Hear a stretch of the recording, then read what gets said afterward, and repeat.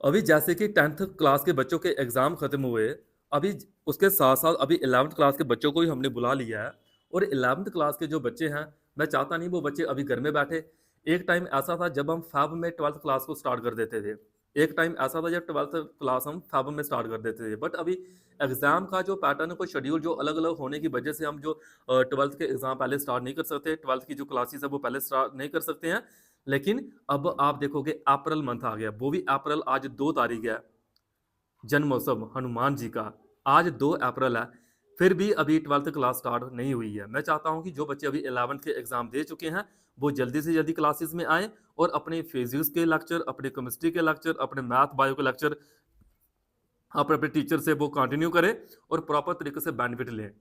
क्योंकि जितना लेट करोगे, जितना टाइम लगाओगे आप पढ़ने के लिए, फिज़िक्स की चीज़ें इतनी ईज़ी नहीं है। मैं कहता हूँ 12th की फिज़िक्स टोटल डेरिवेशन पे है, सारी मैथमेटिकल है, चाहे हम इलेक्ट्रोस्टैटिक की, करंट इलेक्ट्रिसिटी की, मैग्नेटिक इफ़ेक्ट की, चाहे इलेक्ट्रोमैग्नेटिक इंडक्शन की, ऑप्टिक्स की, ठीक है? चाहे ड्यूल नेचर की, एटम एंड न्यूक्लियाई की, या इलेक्ट्रॉनिक डिवाइस की बात करें, डेरिवेशन थ्योरी बिल्कुल कम-कम है, वो डेरिवेशन आप लोगों को एक दिन भी अगर मिस हुआ वो डेरिवेशन समझ नहीं लगेगी।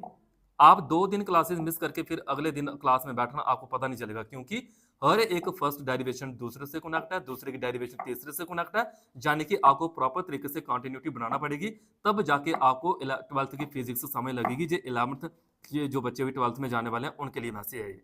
शुरू से ही क्लासेस ज्वाइन करना पड़ेगी और उस क्लासेस को ईज़ी कैसे बनाना है, हम जैसे टीचर बैठे हुए हैं, फिजिक्स को ईज़ी कैसे बनाना है, कितने सारे बच्चे पिछले से पहले साल भी 100/100, उससे पहले साल भी 100/100, सुंदरानी से लड़की थी, बालनगर से लड़का था 100/100, सीटी से लड़के थे 100/100, इस बार ब्रह्म ऋषि के बच्चे थे, इतने अच्छे-अच्छे परफॉर्म कर रहे हैं।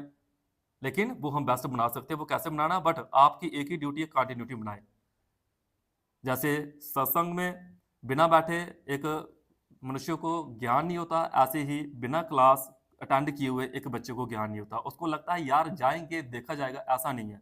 आप अपने आप को खज्जल कर दोगे अगर इस तरह से पढ़ रहे हो, आपको प्रॉपर कंटिन्यूटी बनाना पड़ेगी तभी आप लोगों को आएगा, ऐसे नहीं आने वाला।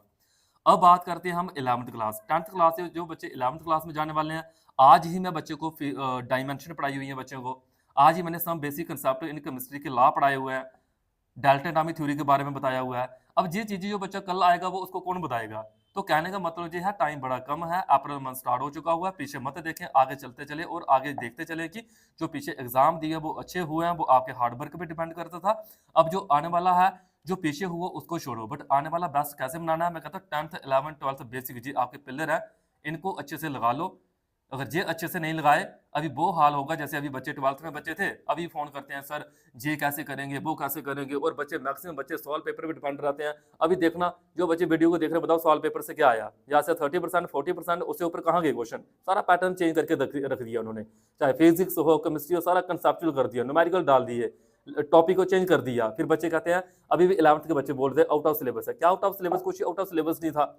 जिस बच्चे को कंसेप्ट होता उस बच्चे ने लिख देना था कि don't group allow the period, कौन सी चीजें इंक्रीज डिक्रीज हो रही हैं, उन क्वेश्चन की बात कर रहे थे कि ये आउट ऑफ सिलेबस है। पेरेंट्स ही बोलते आउट ऑफ सिलेबस है ही नहीं भाई।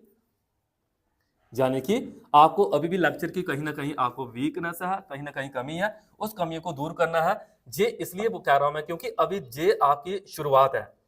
जो बच्चा 11th कंप्लीट करने वाला है उसके लिए भी शुरुआत है, जो बच्चा 12th अभी शुरू से पढ़ने वाला उसको भी शुरुआत है, जो बच्चा 10th में शुरू से पढ़ने वाला उसकी शुरुआत है। आपका एक मंथ या एक वीक तो क्या, एक दिन भी अगर लेट हुआ, क्लासेस स्टार्ट जब हो जाएंगी, एक दिन भी लेट हुआ आपको चीजें ऊपर ऊपर से जाना स्टार्ट हो जाएंगी। फिर उन चीजों को पकड़ने के लिए, जैसे एक मूवी अगर आप हाफ से देखना स्टार्ट करते हो, उस मूवी को समझने के लिए आपके साथ 4 बंदे जो बैठे हुए उनको पूछना पड़ता है कि इसके पीछे क्या हुआ। फिर जाके आपको 15-20 मिनट के बाद समय लगता है कि हुआ क्या। कईयों को वो भी समय लगता है। यही आपका मैथ है, यही आपकी फिजिक्स है, यही एक ही केमिस्ट्री है। जो बच्चे 10th से 11th में जाने वाले हैं उनको मैं बता देता हूं, 11th की फिजिक्स थ्योरेटिकल है, 12th की फिजिक्स डेरिवेशन है, 11th की फिजिक्स थ्योरेटिकल है, जिसमें आपके मोशन के टॉपिक हैं, डायमेंशन के टॉपिक हैं, कुछ वेलोसिटी डिस्प्लेसमेंट के टॉपिक हैं, ठीक है, कैपलर के लॉ हैं, थ्योरी है, मैथमेटिकल है, थोड़े बहुत ज्यादा नहीं है। और केमिस्ट्री की बात करें, केमिस्ट्री थोड़ी सी 11th की कॉम्प्लिकेट है, क्योंकि 11th की केमिस्ट्री जिस बच्चे ने अच्छे से पढ़ी होगी वो 12th की केमिस्ट्री बड़े अच्छे से लेके जाएगा। अभी भी मैं आप बच्चों को सजेस्ट करूंगा 12th की केमिस्ट्री में अपेयर होने से पहले 11th की केमिस्ट्री अच्छे से सीखना पड़ेगी। जब तक 11th की केमिस्ट्री अच्छे से नहीं सीखोगे तब तक 12th की केमिस्ट्री समझ आने वाली नहीं है। क्यों नहीं समय आने वाली है? क्योंकि 11th में टॉपिक ही कुछ ऐसे जैसे इंडक्टिव इफेक्ट है, इलेक्ट्रोमैग्नेटिक इफेक्ट है, जे इफेक्ट जब जिस बच्चे ने 11th में पढ़े होंगे वो 12th में उनको यूज कर पाएगा, नहीं तो ऊपर ऊपर से जाएगी चीजें कि टीचर बोल क्या रहा है, फिर कहते हो कि टीचर की समय नहीं लग रही है। समय क्यों नहीं लग रही है? क्योंकि बच्चे ने 10th 11th 12th हवा में ली थी, डायरेक्ट 12th में अपेयर हो गया, फिर वो कहता है कि मुझे समय नहीं लग रही। समय टीचर तो पढ़ा रहा है, टीचर तो पूरे एफर्ट लगा रहा है, और टीचर ने जो टाइम दिया हुआ होगा 2-2 3-3 घंटे क्लास में, वो घंटे द्वारा थोड़ी दे पाएगा। वो बता तो देगा, लेकिन उस चीज को पकड़ने के लिए एक आईक्यू लेवल आपका बड़ा हाई चाहिए, आपको समय चाहिए, आपको पहले के लेक्चर अटेंड किए हुए होने चाहिए, तब आपको वो समय लगेगी। ऐसे वो समय नहीं लगने वाली है। मैं आप बच्चों से यही रिक्वेस्ट करूंगा, फिर भी 10th का बच्चा जो अभी अपेयर होने वाला है, 11th में जो बच्चा अपेयर होने वाला है, 12th में जो बच्चा अपेयर होने वाला है, बच्चे साइंस से थोड़ी सी अटपटी या कंसेप्चुअल चीजें बना दी गई हैं। उन चीजों को अच्छे से करने के लिए, चाहे वो सीबीएसई हो चाहे बोर्ड की हो, आप लोगों को बहुत अच्छे से मेहनत करना होगी। डेली आपको टेस्ट देने होंगे, डेली आपको प्रैक्टिस करनी होगी, डेली आपको टॉपिक को प्रिपेयर करना होगा। ऐसे नहीं कि टीचर ने एक दिन पढ़ाया 10 दिन छुट्टी कर ली, आपने पढ़ा ही नहीं, सिर्फ पढ़े जा रहे हो, पढ़े जा रहे हो, पढ़े जा रहे हो, टेस्ट एक दिन भी नहीं हो रहा आपका। ऐसे नहीं चलेगा। जो चीज आपने आज एक टॉपिक पढ़ा उसको प्रिपेयर करना होगा। कुछ बच्चों को चीजें टफ लगती हैं, इजी बनाओ। टफ कुछ नहीं होता, बस जो मान लिया तो टफ है चीजें। टफ तब तक है जब तक आप घर में बैठ के हार्ड वर्क नहीं करे हो, जब तक घर में बैठ के लिख नहीं रहे हो, पढ़ नहीं रहे हो, समझ नहीं रहे हो। लिखना पड़ती हैं चीजें, समझना पड़ती हैं, फार्मूले बार बार प्रैक्टिस करना पड़ती है, डेरिवेशन बार बार लिखना पड़ती हैं, फिर जाके चीजें आती हैं। ऐसे नहीं आती कि टीचर ने पढ़ा लिया और सोचोगे हमें समय लग जाएगी। खुद भी कुछ एफर्ट लगाना है, खुद भी कुछ पढ़ना है, प्रैक्टिस करनी है।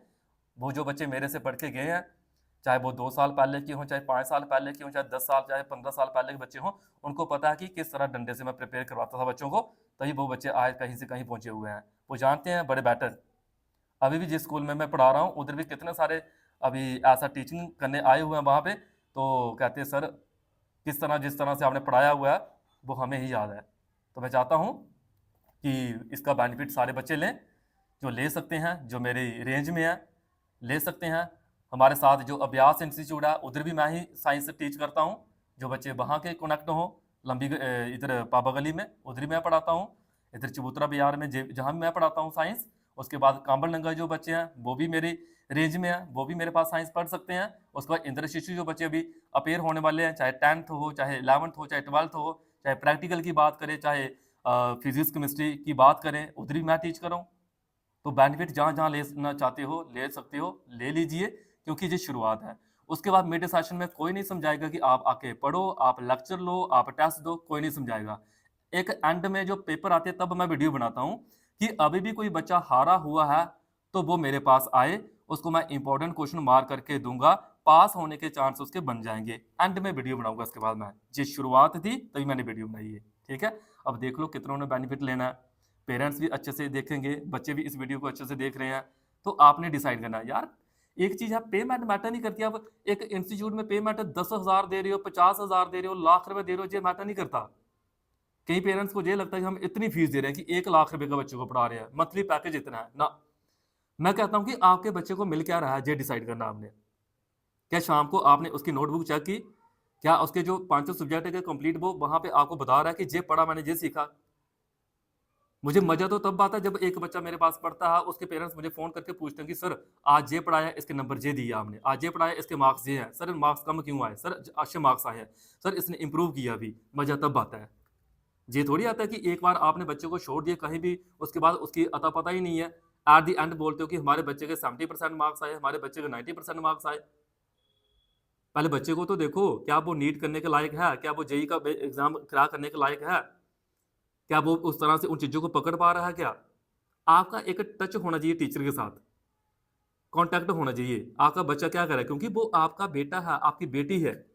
आपकी बेटी घर से निकल रही है, वो इंस्टीट्यूट पहुंच रही है, स्कूल पहुंच रही है, ये आपकी ड्यूटी है। आपकी ड्यूटी सिर्फ इतनी सी थोड़ी है कि आपने अपने बच्चे को भेज दिया, वो चाहे सिटी में बॉयज हाई सेकेंडरी में, गर्ल्स हाई सेकेंडरी में, विजय सेकेंडरी में, ब्रह्म ऋषि कहीं भी पढ़ रहा है, वो ये ड्यूटी नहीं है। ड्यूटी ये है कि क्या बच्चा वहां पे पहुंचा, उसके बाद टाइम पे घर आ रहा है, क्या इंस्टीट्यूट पहुंच रहा है, क्या उसके वहां पे टेस्ट हो रहे हैं, क्या डेली क्लासेस लग रही हैं। अगर छुट्टी है, अगर बच्चा घर पे है तो वो क्यों नहीं जा रहा है, ये आपकी भी ड्यूटी है। समझाएगा कौन, समझेगा कौन? पूछने वाला कोई है नहीं, बताने वाला कोई है नहीं, कॉपी चेक करवाने वाला कोई है नहीं। टीचर अपने कामों में लगा हुआ, पेरेंट्स अपने कामों में लगे हुए, बच्चे अपने कामों में लगे रिले बनाने में, तो पूछने वाला कोई है नहीं। ऐसे थोड़ी चलेगा। अगर अभी भी कुछ बच्चे चाहते हैं कि हम अच्छे से मार्क्स लेके आएँ, अच्छी प्रिपरेशन करें, अपने लेक्चर पे अच्छा होल्ड बनाएँ, सब्जेक्ट को अच्छे लेके चलें, तो उनको अभी अपने आप में बदलाव लाना होगा। पेरेंट्स अगर इस वीडियो को देख रहे हैं, अगर चाहते हो कि आपका बच्चा अच्छा कुछ करे, तो आपको भी थोड़ा-सा जागना पड़ेगा कि हमारा बच्चा कब उसको छोड़ें, कब उसकी पढ़ाई स्टार्ट हो रही है, कितने बजे स्टार्ट हो रही है, रात को कितने घंटे वो पढ़ रहा है, कितने घंटे बैठ रहा है, कितने घंटे वो फ़ोन देख रहा है, ये आपकी भी ड्यूटी है। ये सिर्फ़ टीचर की ड्यूटी नहीं है कि छोड़ दिया आपने तो टीचर ही सब कुछ देखेगा। टीचर के अंडर तो 2-3 घंटे बचे रहते हैं, बाकी तो थोड़ा ध्यान दीजिए, अभी भी टाइम है। क्लासेस की मैंने लोकेशन बता दी। अभी भी कोई बेनिफिट लेना चाहता है साइंस में, इवन 10th 11th 12th, जो एक हार्ड कॉम्प्लिकेटेड टॉपिक है, सभी सब्जेक्ट को कंपेयर करें। Chemistry one of the toughest subject, but toughest तब तक है जब तक कोई बच्चा क्लास में बैठा नहीं है। जब वो क्लास में बैठ गया, फिर धीरे धीरे आसान लगना स्टार्ट हो जाता है, जब समझाने वाले पे डिपेंड करता है और पढ़ने वाले पे डिपेंड करता है वो। तो आई होप बातें मेरी समझ लगी होंगी। जय श्री राम, जय हनुमान। सभी बच्चों को और सभी पेरेंट्स को मेरी तरफ से जय श्री राम, जय हनुमान।